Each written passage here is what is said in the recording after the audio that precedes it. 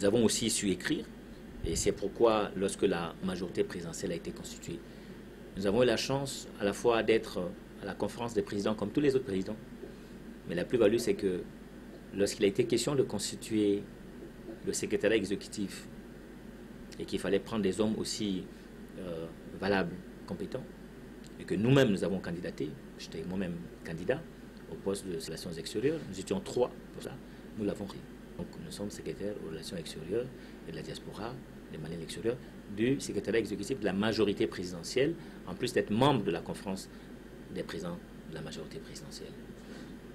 Donc, lorsqu'il est question d'organiser, nous avons été de ceux-là aussi qui ont fait de bonnes propositions. Quand il est question de mobiliser, on nous confie un quota que nous remplissons. Donc, c'est dire qu'au bout de 2 ans, on n'est pas le meilleur des partis jeunes créés en ce moment-là, de nouveaux partis créés en ce moment-là.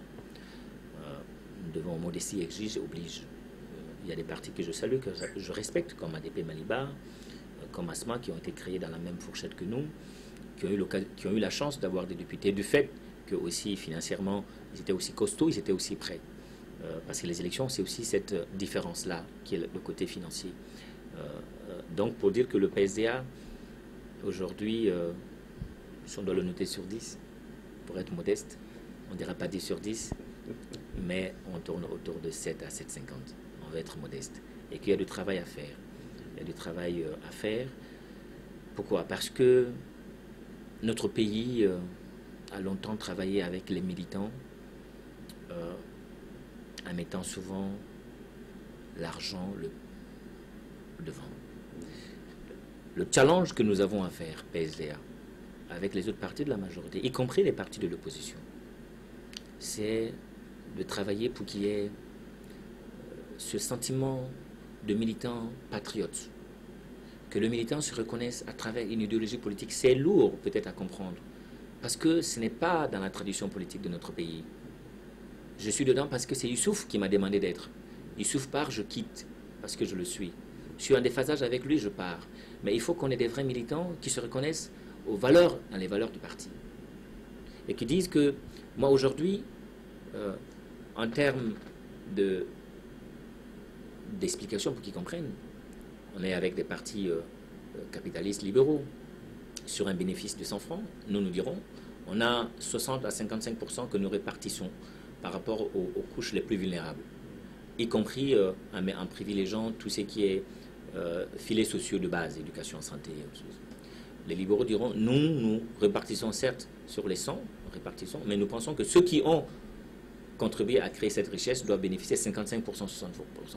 Nous, on dira, on leur donne 45%, 40%. Vous voyez la différence?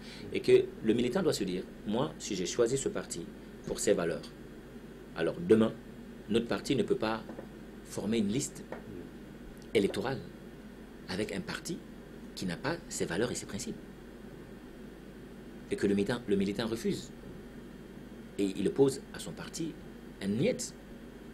Mais nous constatons que politiquement, nous sommes nous avons 2 idéologies différentes.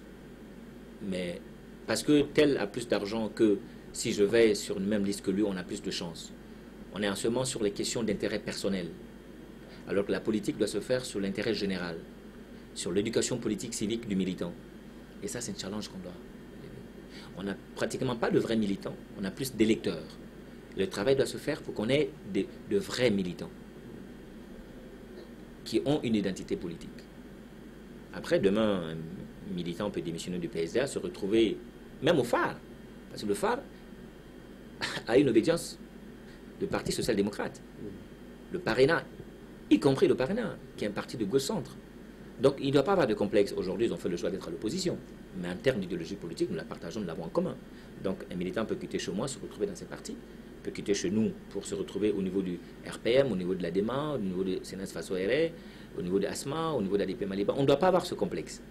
Mais c'est pas bon quand ils quittent chez nous et vont dans un parti qui n'a pas la même ligne politique que nous. C'est un travail à faire, à la fois par rapport à nous-mêmes en tant que politique, pour une meilleure compréhension du concept. Mais ensuite que nous puissions travailler avec nos militants.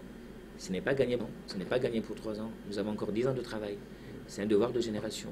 Nous avons espoir et conscience que c'est le nôtre, ce devoir, et que nous réussirons si vous, hommes de presse, vous contribuez à nous appuyer dans l'intérêt général de notre pays et, on va dire, de la gouvernance démocratique de nos États au Mali, pour que le président du parti sache, ce n'est pas son parti, c'est le cas du PSA. Le PSA n'est pas mon parti. Vous viendrez aux réunions du PSA, vous verrez que sur certaines décisions, on me met en minorité. Hein. On vote et je suis en minorité. Et souvent, certains sont surpris, mais président, tu es mis en minorité, tu n'es pas fâché. J'ai dit, mais moi, je suis avant tout un militant du tissu associatif pendant 17-18 ans de ma vie. Alors, c'est bien que vous mettez en minorité et que je l'accepte, parce que ce n'est pas mon parti. Les textes disent que nous avons droit à 2 mandats, 2 congrès. Et rassurez-vous, au bout des 2, on partira. Il faut qu'on instaure cela. Et pas qu'on voit des présidents qui ont crié, qui sont encore présidents 20 ans, 30 ans. La DEMA donne aussi le bon exemple. Il faut le dire quand il y a des bons exemples. La DEMA n'est pas un parti qui appartient à un homme. C'est un parti qui appartient aux militants, aux adhérents. Aux adhérents, on va dire aux adhérents. Donc nous souhaitons que le PSA aujourd'hui appartienne aux militants du PSA. Et que le président soit le président des militants. Et que c'est eux qui ont le dernier mot. Et pas forcément le président. Voilà un peu comment le PSA se porte, ce que nous avons fait jusqu'ici. Et nous avons espoir que demain, nous ferons aussi de bonnes choses.